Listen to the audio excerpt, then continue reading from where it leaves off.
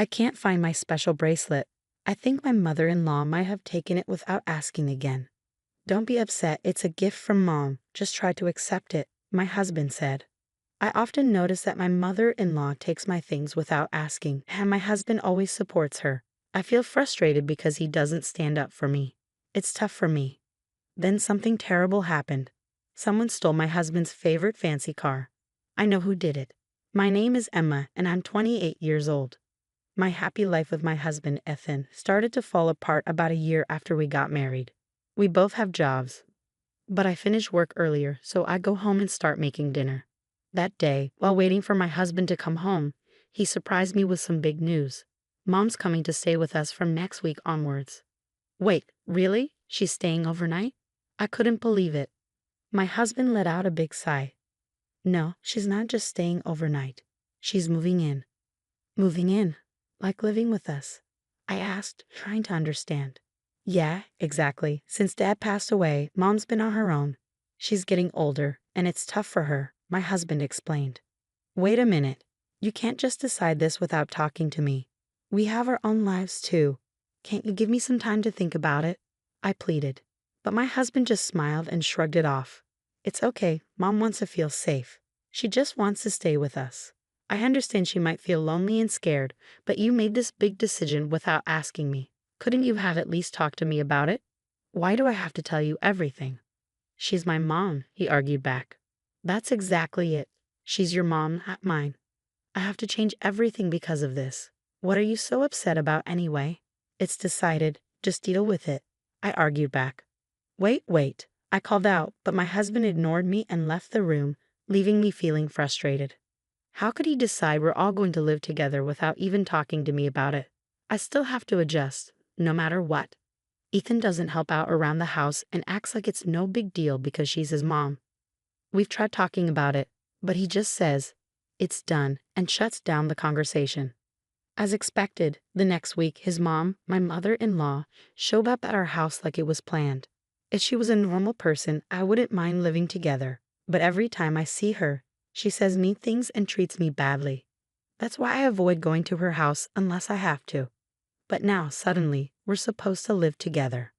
As I expected, my mother-in-law started criticizing me from the very first day. Emma, did you know I was coming today? There's trash in the corner, she scolded. I'm sorry, I was working and didn't have time to clean, I explained. Excuses. Couldn't you have cleaned up after work? But then I wouldn't have time to make dinner. Oh, come on. Stop arguing back. How do you even handle being Ethan's wife? Be more efficient. I'm sorry, I stuttered. Just 10 minutes in our house, and it's already like this. I'm really worried about what's going to happen next. From that day on, my mother-in-law's controlling behavior got worse, and it stressed me out constantly. Then one day, I came home from work, and my mother-in-law greeted me with a big smile, saying, "Welcome home." I usually don't get such a warm welcome, so it felt strange. Then I noticed something shiny around her neck. Wait, is that my necklace? It looked just like mine. Feeling uneasy, I hurried to my room and checked my jewelry box. My suspicion was right. I went straight to the living room and confronted my mother-in-law, who was sitting there calmly. That necklace, it's mine, isn't it? I accused. Oh, we finally noticed. It looks good on me, doesn't it? She replied shamelessly. What are you talking about? Stop using my things without asking. What's the big deal? It's not like it's going to disappear or anything. But that's not the issue here. Stop complaining and get dinner ready. Ethan will be home soon. Even while I was getting dinner ready, my mother-in-law kept interfering, making me more and more stressed. That night, I couldn't take it anymore and decided to talk to my husband. Hey, Ethan, can we talk? What's on your mind? Today I found your mother wearing my necklace without asking. Oh, so you're saying she went into my room, opened my jewelry box, and basically took it. Isn't that a bit of an exaggeration? How am I exaggerating?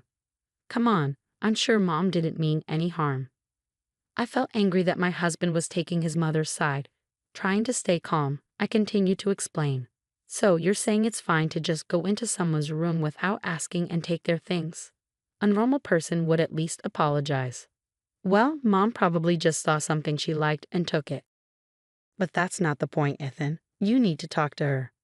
What? Me? Your mother disrespects me. Telling her off won't do anything, so you, her son, need to do it. Okay, fine. I'll handle it, all right. Despite my insistence, it seemed my husband forgot about it by the next day. I shot him a few angry looks, but he never confronted his mother. Since then, my mother-in-law started using my things without asking, basically borrowing them without permission. No matter how much I complained, she didn't listen. And since there are no locks on the doors in this house, telling her off would be pointless unless she changes her ways. If this keeps happening, I'll end up losing my belongings. I have to stop my mother-in-law's behavior. I need to come up with some sort of plan. Then, one day, something happened that I absolutely couldn't forgive. It's missing. How could this happen? Today, I had plans to meet up with a friend and wanted to wear my late mother's bracelet for the occasion. It's a precious item, so I never keep it in the jewelry box. Instead, it's hidden deep in my desk drawer. And yet, it's gone. The only person who could have taken it is my mother-in-law. When I confront her firmly, she casually admits to taking it. Of that bracelet, I just borrowed it. Then give it back right now. I need it. I can't do that. Why not? Because I sold it. What? You stole it? Is this some kind of joke? Who steals someone else's stuff? Though shaken, I stood my ground. Stop kidding around. Give it back now. I'm not kidding, by the way. Most of the things I've borrowed from you, I sold those too. What? What were you thinking? As I argued with my mother-in-law, my husband Ethan, who had just woken up, joined us. Ethan, listen to this. Quickly, I explained the situation. Your mom sold my bracelet, the one that belonged to my late mom. Plus, she's been selling off most of the things she's borrowed from me without asking. Mom, is this true? Faced with the question, my mother-in-law stuck out her tongue in a teasing way. I'm on a fixed income, you know. I don't want to be a burden, but I can't make ends meet without a little extra cash. You've got to be joking. Who gave you the right? Don't get so upset. I didn't mean any harm. If you meant no harm, you wouldn't be selling and taking other people's things. That's because, but I interrupted her. Where did you sell it? Get it back right now. Just then, my husband yelled, enough is enough. He wasn't looking at his mom, though. He was glaring at me. Confused, I asked him, why are you yelling at me, Ethan? Your mom took my bracelet without asking. Be quiet. I did it for Mom. Stop complaining. For Mom? Seriously. Why should I give up my precious things for her? Because it makes Mom happy. She's your mother-in-law. Show some respect. Just do as you're told. I couldn't handle it anymore. Not his mom stealing from me and not Ethan taking her side. I couldn't live like this anymore. Driven by growing anger, I shouted, that's it. If you won't give it back, let's get a divorce. Stop joking about divorce. I'm not joking. I'm serious. Fine, whatever. I'll get the divorce papers today. Fine, if that's what you want, I'm okay with it. As we argued, I noticed a satisfied look on his mom's face. She never liked me.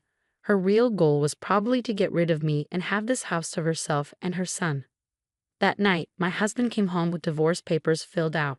After signing them, I started packing. I decided to wait for the right moment to leave. The next day, during my work break, I saw multiple missed calls from my sister Sophia, who lived nearby. Something must have happened. I called her back, and she told me shocking news. Wait, Sophia, is that true? It is, no doubt about it. It's not common around here, but why? I took a photo, so I'll send it. Make sure to check it on your end too, sis. Okay, got it. After hanging up, my sister sent the photo. It was undeniable evidence that could expose my mother-in-law. When I got home and was calmly making dinner, my husband Ethan rushed in, looking worried. Emma, this is serious. What happened? My car, my prize car, is gone. Wow, that's serious. Why aren't you more worried? You know how much that car means to me. I do. It's the car I've been dreaming of since I was single, and I finally bought it last year, remember? Exactly. So be more concerned. We're still paying off the loan for it. Where could it have gone? Please don't tell me. Emma, did you take it? Of course not. I have my own car, and I know you'd be furious if I took yours. But then where? I glanced at my mother-in-law, and she quickly looked away. That confirmed my suspicion. Ethan, I think your mom knows something. What? Why would Mom know? I asked her directly, and my mother-in-law's face turned pale. What are you talking about, Emma? How is Mom involved? Well, I got a call from Sophia today. Sophia, she happened to be out shopping and saw your mom driving your car. What? That car is pretty unique, being a foreign model and blue. It's quite noticeable around here. Sophia even recognized the license plate. Wait, what's happening here, Ethan? Now visibly angry, Ethan confronted his mother. Mother-in-law started making excuses. No, Ethan, I just borrowed the car for a bit. Borrowed? Seriously? I've told you so many times not to touch that car. I'm sorry, but I really wanted to drive it. What on earth did you do with the car then? Did you leave it somewhere? No, not exactly, but I did leave the keys in the ignition. Someone from the neighborhood might have taken it. Stolen? Seriously? I swear I drove the car all the way home. I'm not lying. I showed my mother-in-law a photo to prove my point. Is this why you're lying? Did you wreck the car like this? I showed her a photo from my sister, Sophia. It clearly showed my mother-in-law driving a badly damaged luxury car. My sister sent this just in case. You took Ethan's car and wrecked it so badly that you couldn't drive it back, didn't you? No, that's not what happened. Where's the car anyway? And if someone stole it from the neighborhood, someone would have noticed, right? Well, my husband started shaking next to me, his voice full of anger as he yelled at his mother with a fierce look. Are you serious? You wrecked my car, and then what? Give it back now. Calm down, Ethan. How can I stay calm? You're paying for the repairs, Gavit. That's impossible. I've already sold the car. Sold it? That's not possible. The car is in my name. I found a dealer who said they'd buy any car. They said I could even sell it on behalf of someone else. So I sold it for $4,000. $4,000? The luxury car my husband bought would easily go for hundreds of thousands, even if sold now. My mother-in-law got tricked by some shady dealer who didn't know the car's value and got ripped off. When my husband found out, he was furious and yelled at his mom like never before. You've got to be kidding me. Do you realize how much that car meant to me? I'm sorry, Ethan. I'll give you back the $4,000, so please forgive me. $4,000 isn't even close to enough. Get out. My husband forcefully kicked his mother out and locked the door. He turned to me defeated and muttered, I never thought Mom could cause so much trouble. I'm sorry for not supporting you earlier. Finally, you understand. Don't worry, now that she's gone, I'm over it. Let's move forward happily together. No, we won't. What? Why not? I want a divorce. Instantly, his face turned pale and he clung to me. Wait a second. I already kicked Mom out. Why divorce now? Don't you understand? I'm done with you two. My decision to divorce stands. I don't want to fix things anymore. You've taken your mom's side too many times. It's not fair. You're being too harsh. Harsh? That's rich coming from you. You didn't lift a finger when I needed support. You're so selfish. I hate you just as much as I hate your mother. My feelings won't change, Emma. Calm down. Stop it. This all happened because you chose to live with her. Think about that. I'll never forgive you. What about the car? You got what was coming to you. You deserve it. What? You feel that way? Good. I hope you struggle with double the mortgage and car payments. You deserve the consequences. You'll have to deal with it. You son of a... I left him with those words and grabbed my packed bags. On my way out, I headed straight to City Hall to file for divorce. I deleted all his contact info and cut ties completely. Later, I demanded compensation from my mother-in-law for selling my belongings without my permission. She reluctantly started working. With demands for car payments from her son, she's likely working for the rest of her life. My husband is left with house and car loans, and his life has changed significantly. He no longer goes on stress-relieving drives, spending his days off confined to the house. A hopeless case, both mother and son. Karma's a real thing, serves you right. After all this, I moved to an apartment near my workplace. Now that I'm single again, I have more financial freedom, and life is much more peaceful. Since it's my day off, maybe I'll take a drive to the beach today. This is what freedom feels like. I plan to enjoy my new life to the fullest.